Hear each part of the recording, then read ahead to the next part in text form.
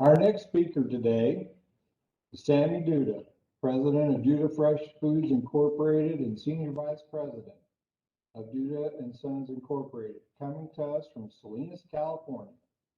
Mr. Duda is part of a long family history in the produce industry, beginning in the early 1900s Florida, now global in scope. Mr. Duda played baseball for Mississippi State and graduated from the Department of Ag Economics. In 2019, he was awarded the prestigious honor of Alumnus of the Year. Please share your screen. We welcome and thank you, Mr. Duda, for taking the time away from your business and sharing experiences with us here today. Please share your screen.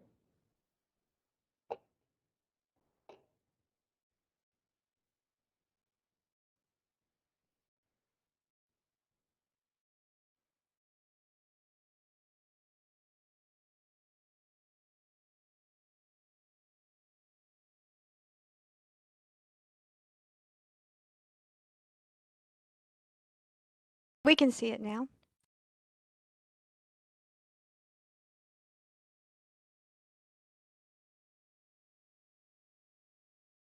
Dr. Duda, I think you're still muted.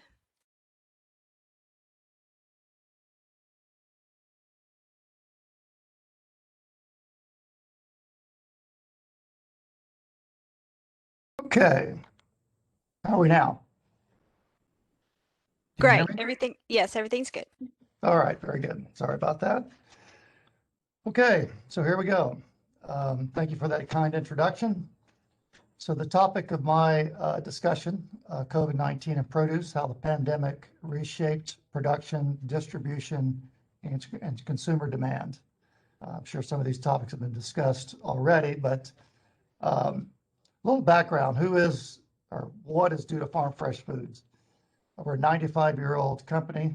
My great-grandfather started the business growing celery, oddly enough, in Central Florida. In 1926 was his first successful crop. So we're what's considered a grower, packer, shipper in the produce business, meaning we grow it, we harvest it and pack it, and we ship it. And so we don't have any middlemen. It's a vertically integrated operation where we do it all. We have operations in 5 states. Again, our headquarters is in Oviedo, Florida, but we operate in California, Arizona, Florida, Georgia, and Michigan. Our primary crops are value-added. RT is ready-to-eat celery, meaning washed and ready to go. Celery, sweet corn, iceberg lettuce, romaine, leaf lettuces, radishes, broccoli, cauliflower, miscellaneous vegetables. We have over 100 customers, but our top 10 customers are Walmart, Kroger, Costco, Publix, Produce Alliance, who services Buffalo Wild Wings, obviously celery sticks, wings go together. Talk a little bit about that later. Safeway, Ahold, Marcon, another food service company, Wegmans, and H-E-B. So COVID, how did all this get started? California's Gavin Newsom's first governor to issue a statewide mandate and our stay-at-home order. And that was on March 18th. So many states issue similar orders in the following days and weeks. Non-essential stores and businesses are closed, including dine-in restaurants. And so people's buying patterns shifted dramatically from eating out to eating at home. Phil talked a lot about that. And distribution and the type of produce pack shifted dramatically also. And I'm going to talk about that as well. So while the shifts occurred, food service, but even within retail, the type of products that people bought changed. So we'll talk a little bit about that and how that affected our industry.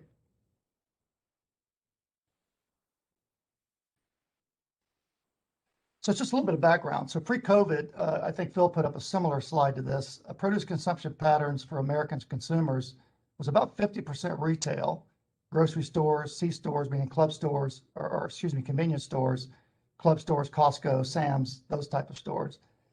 And then 50% retail, restaurant and food service. So post March 18th, food service business fell drastically, 70 to 80%, depending on the customer. But retail business increased 20 to 25%. So just give me an idea what retail versus food service packs look like. So if you look on the top left of the screen here, so this is a food service romaine heart pack. It's a 6x4, we call it. So 6 heads in a master bag, 4 per case. The one in the middle is one you've probably seen at your local grocery store, romaine hearts, which is a retail pack, Ziploc top, 3 per bag. So obviously the ones on the left, the business dropped drastically. The one in the middle, business went up. So all of this is packed in the field. And so you can see just, again, this is a mark on, again, a food service pack on the right, various styles of food service packs. If you go to the bottom left, this is what we do in our fresh cut facility in Oxnard, California. So this is a food service pack, and it's Buffalo Wild Wings, a celery stick pack. So it's a 4-inch celery stick, 5-pound bag, master bag. And of course, they just pull them out and throw them with the wings. The center one is a retail. It's a 1 1/4 pounds, equivalent of 2 stalks of celery in a ready to eat, just stick form bag. You can see it's our summer packaging, a baseball theme. I have a bit of a baseball background, but that's not why we did it. But you'll see these in Walmart, or we do a 2.5 pound pack for Costco and Sam's. But that's your retail pack. So again, a bit of a shift out of the one on the left to the one in the center. And even on the bottom right, you'll see this is field pack celery. The one on the left is what we call naked celery. The one on the right is a sleeve celery.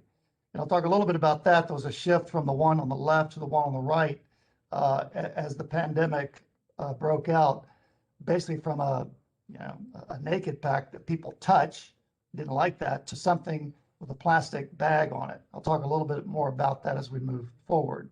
But just give you an idea, picture-wise, kind of these various packs for the different channels of distribution. So what was the impact of a consumption shift? Well, food service business virtually dried up. Not a surprise to anyone. But what's interesting in our industry, there's not, so in the field, so for currently our productions in Belgrade, Florida, Yuma, Arizona, and Oxnard, California, about this, well, almost exactly a year ago is when all this occurred. But in our industry, all of the acreage is intermingled. So if you have, let's just use an iceberg lettuce field, if it's a 40-acre field in Yuma, Arizona, there's not a food service section and a retail section. They're all the same. And so, you've shipped from one to the other. You don't really move fields, but they're all commingled. And so our competitors, suppliers and shippers, we all have a mix of food service and retail. There's certain grower packer shippers that specialize more towards the food service sector, and then there's others that specialize more in the retail sector. We all have a little bit of both, but it could be heavier weighted one way or the other. So obviously when this broke out, if your business, if you were 80% food service, it's not like those acres just go away. The food service oriented suppliers tried to shift their volume into retail wholesale, creating a glut of product. Now, most retailers have contractual obligations to us and our competitors. Food service is a bit that way, but again, there's act of God clauses. Pandemic shutdown of business will be considered that. So it's not like they just dust the crop up and try and get away. Those heavy to food service, 80% of their business went away, so they tried to shift it into retail or wholesale, the street as we call it, Chicago, New York, wherever it may be. So created some issues, obviously, a glut of product trying to find a home. Now, while food service business dried up, retail business soared, but it caused a lot of chaos in the system, as many who knew where this was going. So retail sold out very quickly, stores did. So they reordered very quickly, but what is this demand? They didn't even know what it was either. So they even put in speculative orders that may be 50, 60% higher than what they did a week before the pandemic. So there's a lot of chaos in the system as trucking lanes shifted to retail, and it created a lot, it overwhelmed the system, I guess what I'm trying to say. So we had wild swings in pricing and inventories in the short term. And then when it kind of settled out, and this is not uncommon, you've heard, people dumping milk. Well, we ended up dumping packed product. And obviously the perishability of fruit and veg is very short. So you had lots of dist acres and just the log jam of trying to get product physically through the system create a lot of headaches. And so we had extraordinarily high pricing, then bottom glut, zero pricing in a matter of weeks. So what was the impact of that on operations? Well, obviously worker safety and protocols changed dramatically.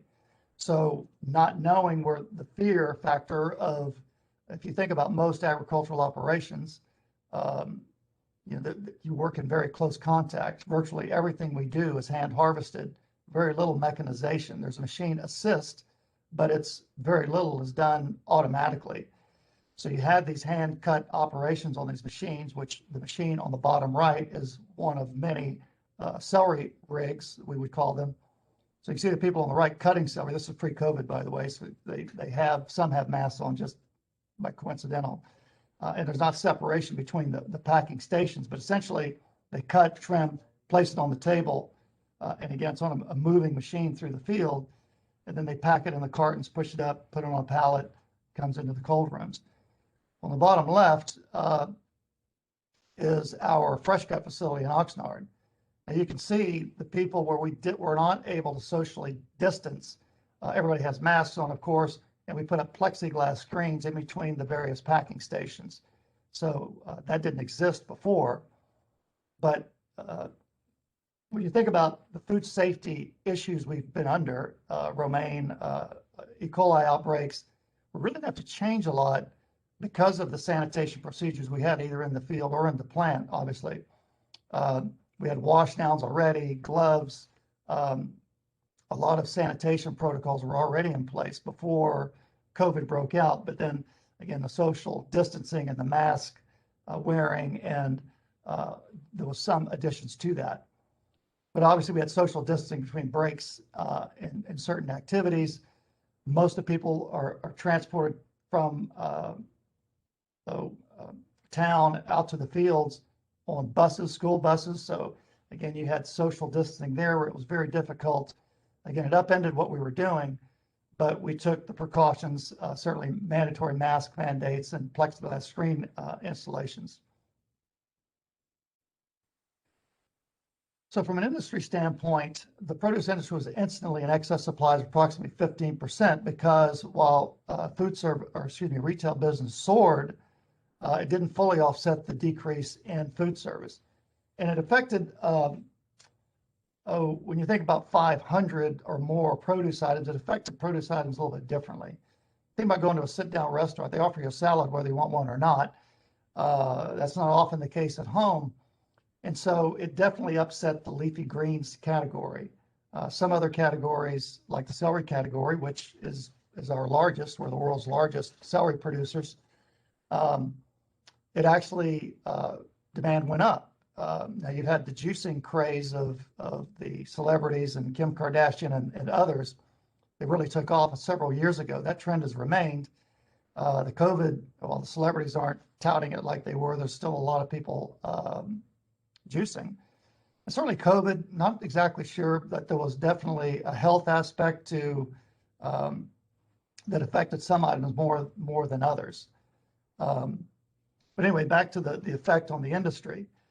So from the time, it varies, but from the time you plant, I'll use lettuce, from the time you plant it till the time you harvest it can be as short as 67 days and can be as much as 130 days, depending on the year. Now we're in these items 52 weeks out of the year, even though we're in different growing districts. But we supply 52 weeks out of the year.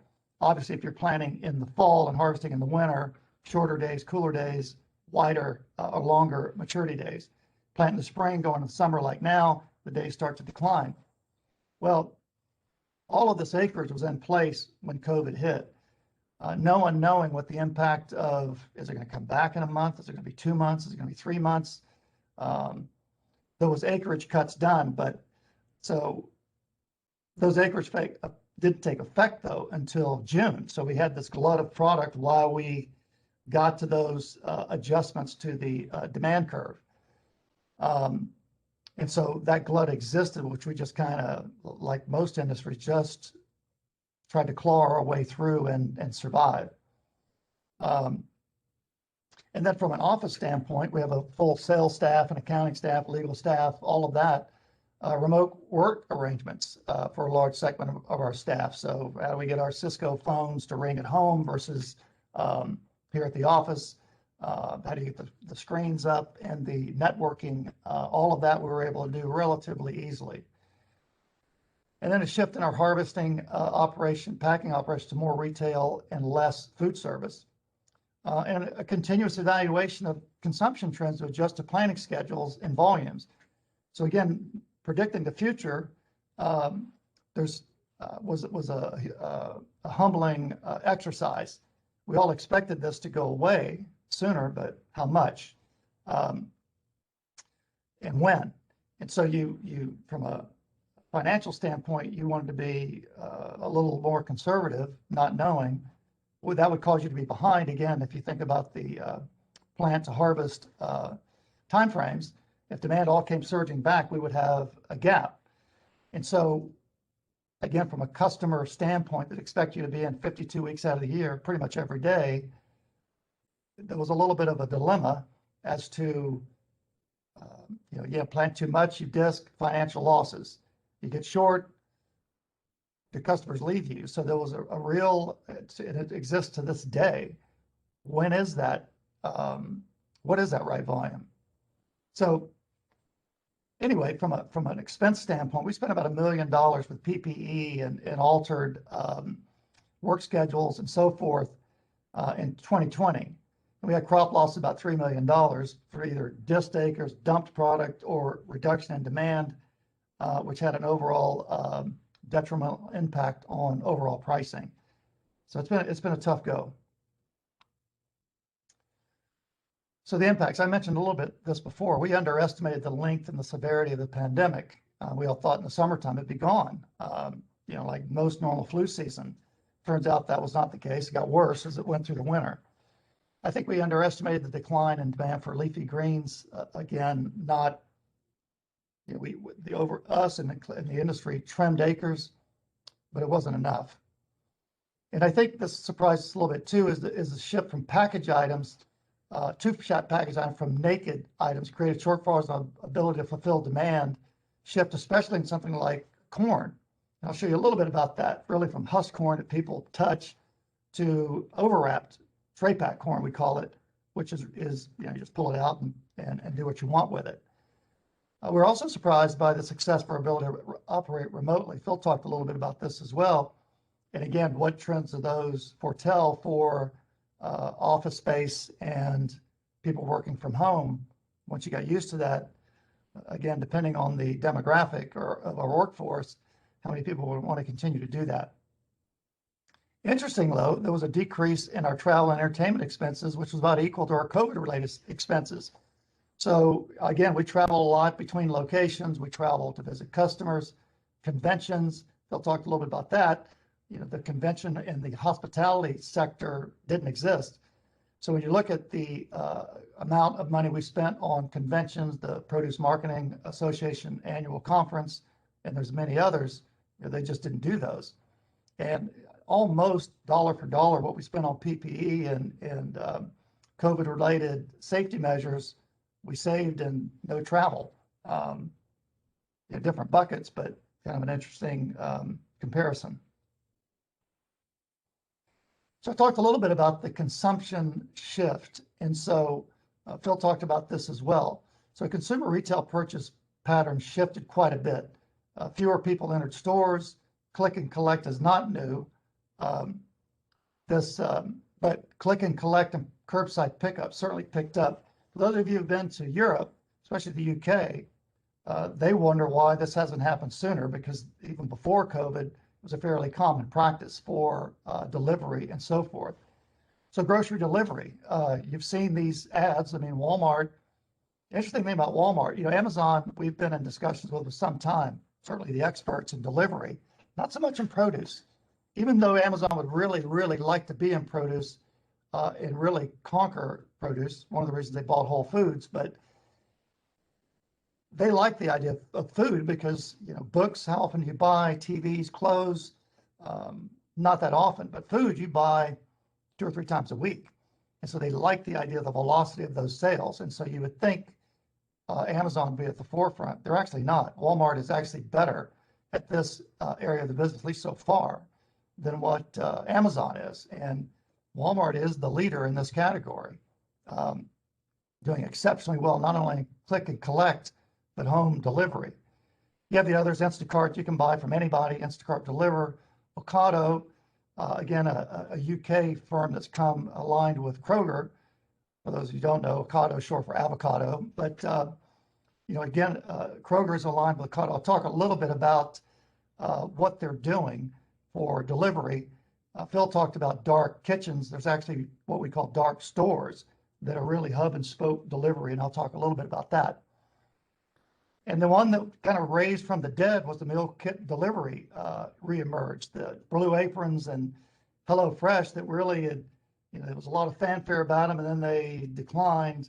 Well, they came back with a vengeance, especially HelloFresh. HelloFresh went from being a loser financially to a winner last year. And so, as you can see there, HelloFresh experienced 63% year-over-year growth in 2020. You know, what does that mean for our industry as well? When you think about that pack. Interesting fact, my daughter just actually started working for HelloFresh a few weeks ago, so you know, a little inside track there. But anyway, what are these shift in consumption? I don't think they're going to go back. It's kind of like Uber and Lyft. Once you take Uber and Lyft, you talk to your kids, why would I take a taxi? And so, will that phenomena change not only in grocery, but in restaurant delivery or HelloFresh? Why leave the house? There's no question, once you experience these, you typically don't go back to the old way. How many people will do that? How does it affect what we do? How does it affect the delivery of what type of packs? Again, that ease the delivery of these items, and how do we do that? Again, some open questions that we'll delve into a little bit more as we go through the presentation. So I talked about the shift of packs, even at retail. Again, when you think of, again, from the naked product to packaged product.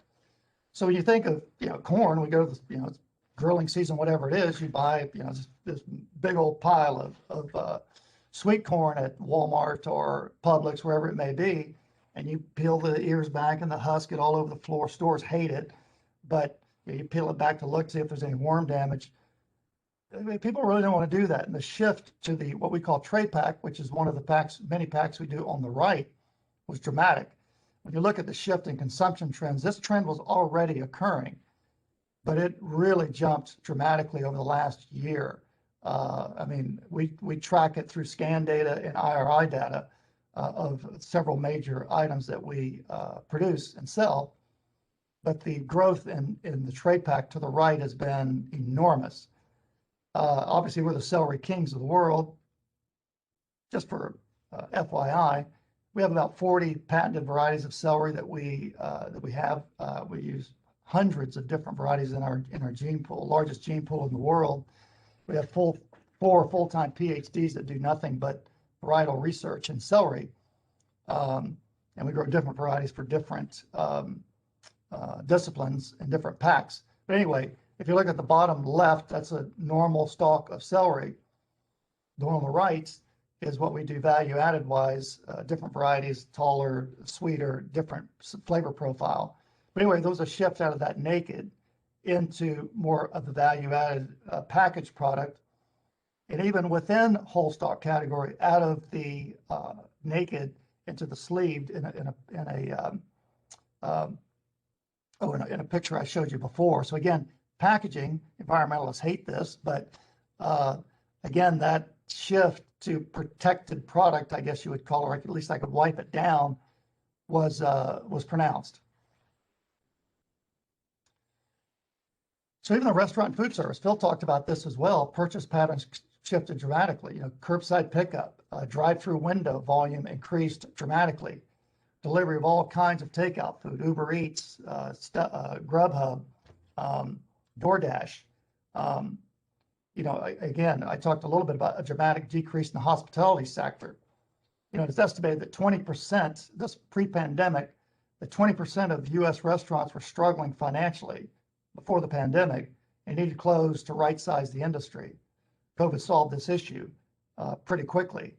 And so when you think about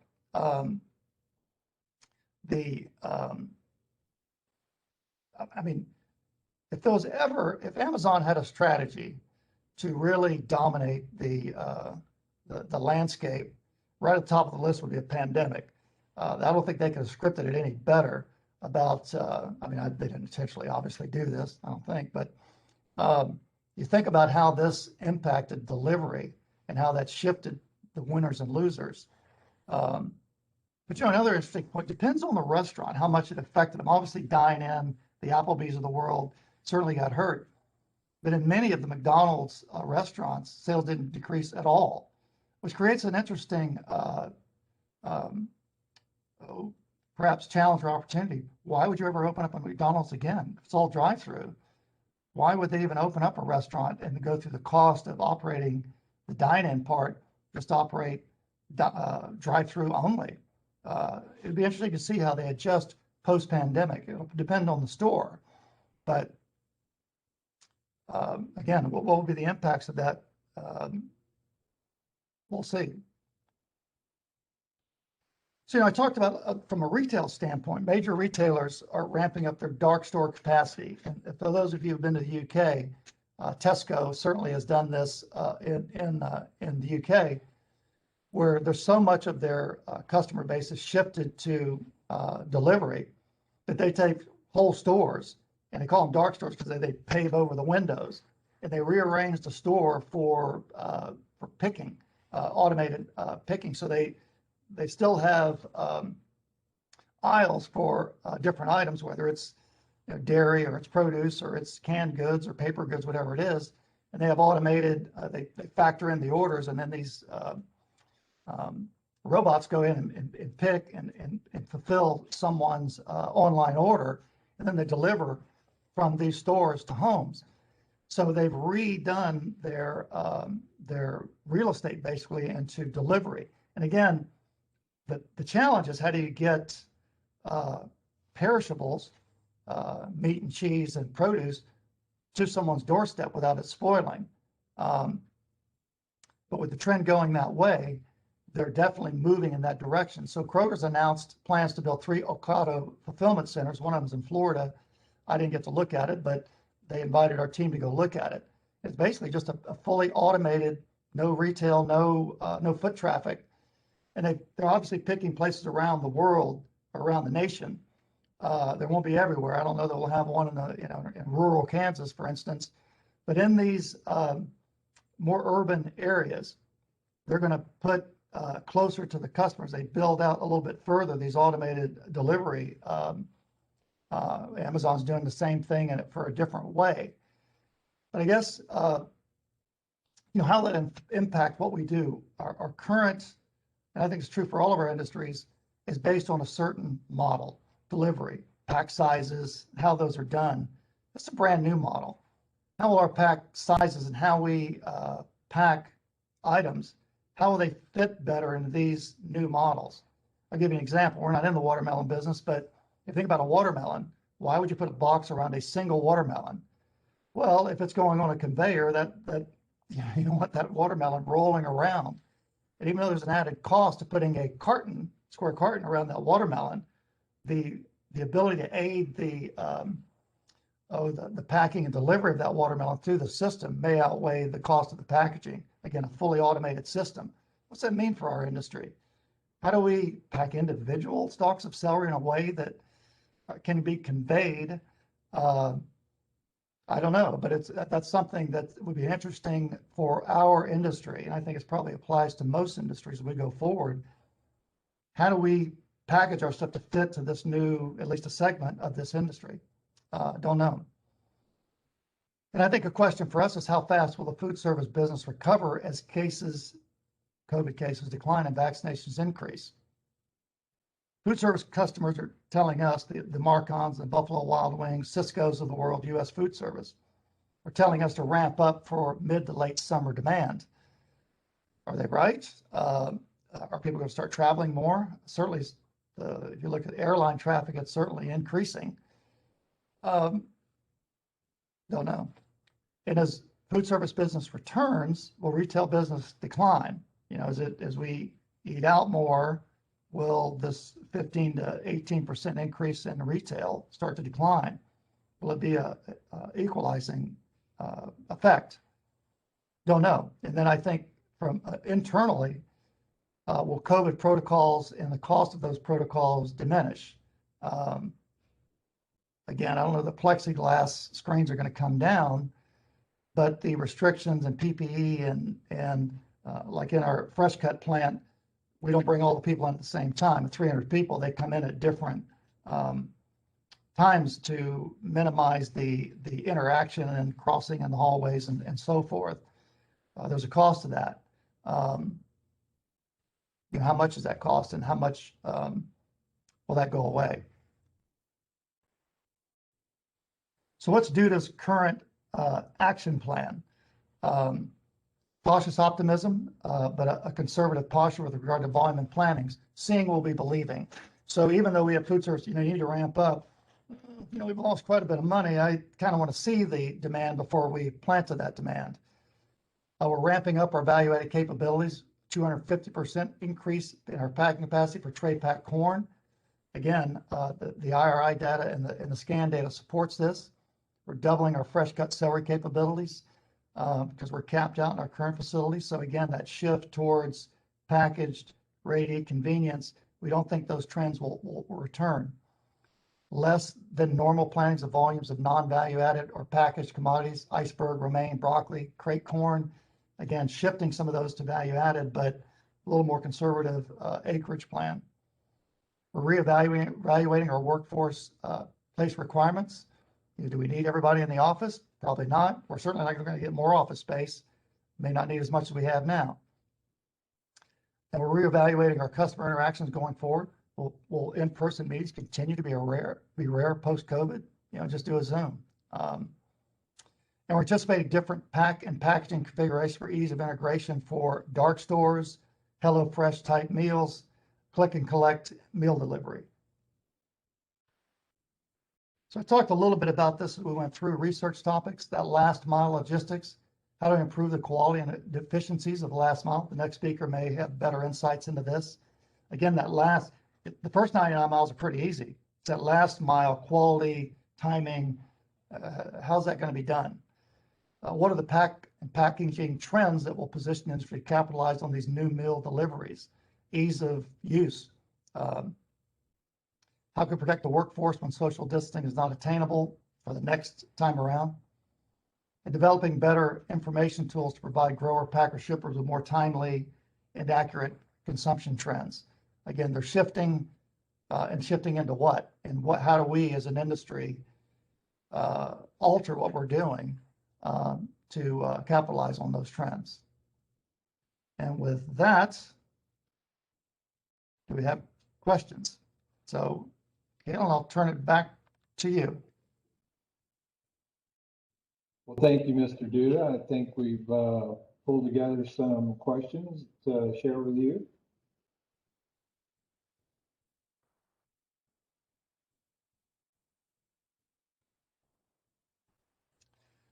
Okay, so please talk about the factors going to impact producer planning decisions for the coming year. So as an industry, we track the volumes, and again, a very perishable product. We have no government support. It's all pretty much a supply and demand endeavor. And so, again, as we watch this, daily, even though much of our volume is contracted, there's the USDA tracks volume and pricing on a daily basis, and that we assess the demand daily, a little bit like the stock market. But so and so I think the planning decisions that are being made are pretty much a conservative posture. Again, there's optimism in the business that things are opening up and people are getting more optimistic as business improves. Consumption trends while shifting, they'll return to normal. And again, every item is affected a little bit differently. What affects celery does not affect strawberries. What affects citrus doesn't affect leafy greens. So depending on which items you're in, you're watching and assessing. Obviously, there's an opportunity to grow your business, but again, the downside risk is pretty great. And right now, the risk is outweighing the reward. So I think as business returns and you see some more stability in pricing in that open market, I'll call it that non-contracted market, that will influence our decisions the most. So question 2, to what degree were employees in the produce industry impacted as compared to the meat industry? Depends on the company. I mean, you heard about all the huge outbreaks within the meat industry. We really didn't have an event that I'm aware of where we had the salad facilities, for instance, and you saw our fresh cut facility very similar, although we're not cutting meat, we're cutting celery. The production lines are very similar. We had some COVID cases. There's about 500 people in that plant. The most we ever had out at one time was about 30, and that was over December. So we didn't have one of these massive outbreaks that shut down facilities. We were pretty fortunate in that respect. I think a lot of people took the precautions very seriously and tried to get out ahead of it, did contract tracing to minimize where there were positives and quarantine. So it didn't affect us to a great degree. Blockchain, I wonder if that would come up. How do you see the prospect of blockchain technology in the industry? We're actually utilizing blockchain as we speak. There's certain customers, you may have seen commercials for IBM, the IBM Trust with Dole, one of our competitors. So we're actually using blockchain with Walmart and actually Safeway Albertsons. And so it is becoming more entrenched in our industry. And right now the block, if you know blockchain, there's the blocks of stamps that we're using. It's at the field level where we pack it. Here at the cooling and cold warehouse, we're receiving it. That's the next block. And then when Walmart distribution receives it, that's the block. And then the final block is which stores it gets distributed to. So 4 blocks of information that make the chain. So, truthfully, from an industry standpoint, it's not that difficult for us to utilize blockchain. The challenge has been on the other end for them to utilize the scanning of the information and utilizing it. We've been doing the Produce Traceability Initiative. We've been using G10 numbers on all of our packed product for 10 years. We've got all the scan data, all the ability, we have all of the information on each container or each case. The problem is on the other side, they're not scanning any of that information. When they throw the box away, there goes the information.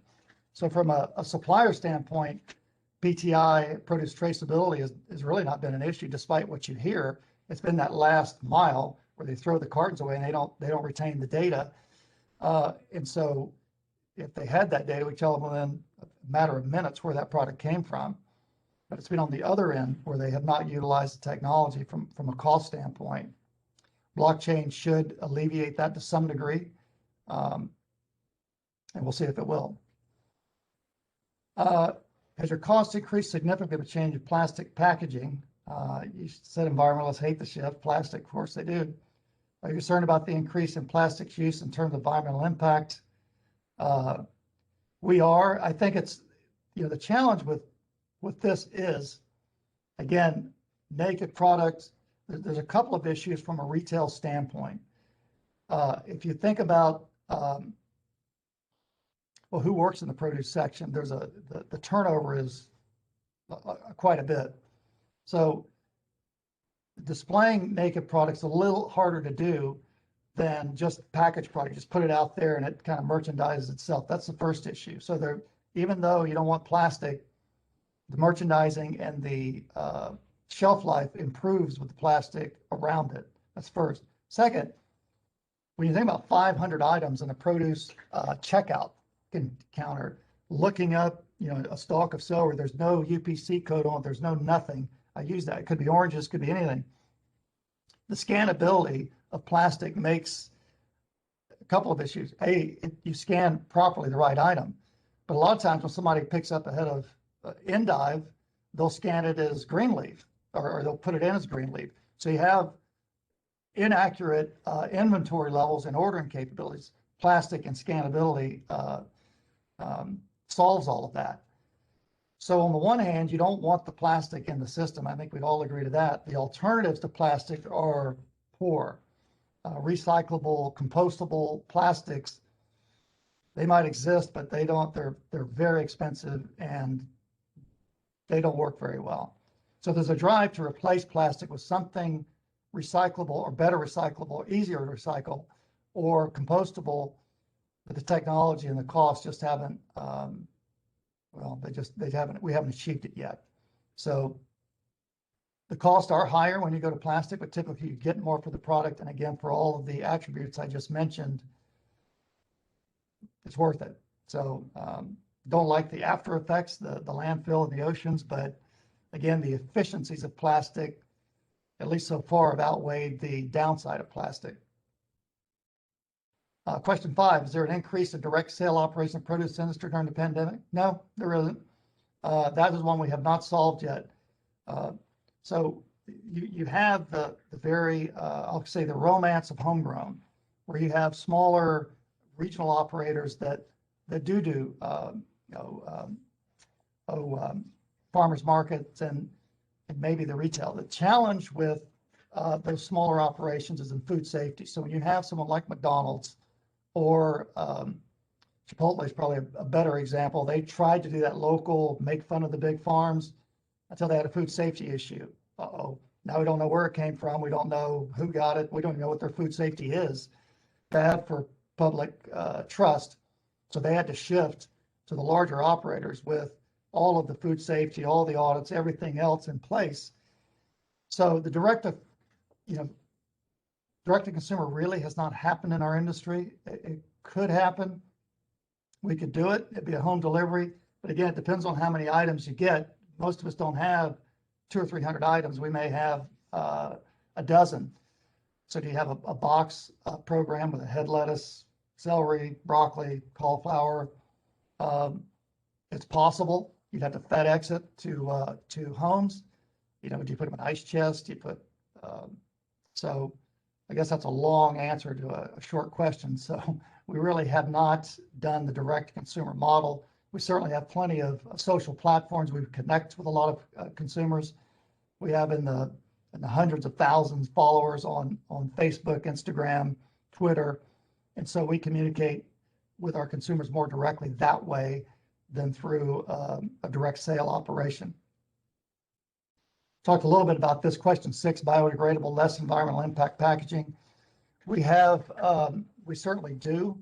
The funny thing about, or the ironic thing about recyclability, depends on the municipality. So some, if you look on recyclable packaging, there's a 1 in the chasing arrows. It's a 1 through, I believe, 6. A 1 is what most municipalities will take, and that's all. Everything else just goes to the landfill. So if you have 1 packaging, you can just put it in your curbside pickup. It depends on the municipality. Some will take up to a 3 or 4, most won't. And so when we look about biodegradable or less, there's definitely a drive to find those. It's very prominent. But again, I hate to put it this way, but most of our customers aren't aligned. We'll talk to the environmental group within Walmart. They're not aligned with the buying group. The buying group, get the most you can for the best price. What about your strategic initiative about recyclability? I didn't know we had one. And so the customers have to get together and be willing to, so you're getting beat up on price over here, but you want recyclable packaging over here that could be as much as, again, it sounds trivial, but 10 cents more, $2 a case. I'm not paying for that. I can get it over here for that. So the customers have to get committed to that, committed to it. And if they do, we'll absolutely do it. But again, the cost and the effectiveness of those alternatives haven't been very good so far.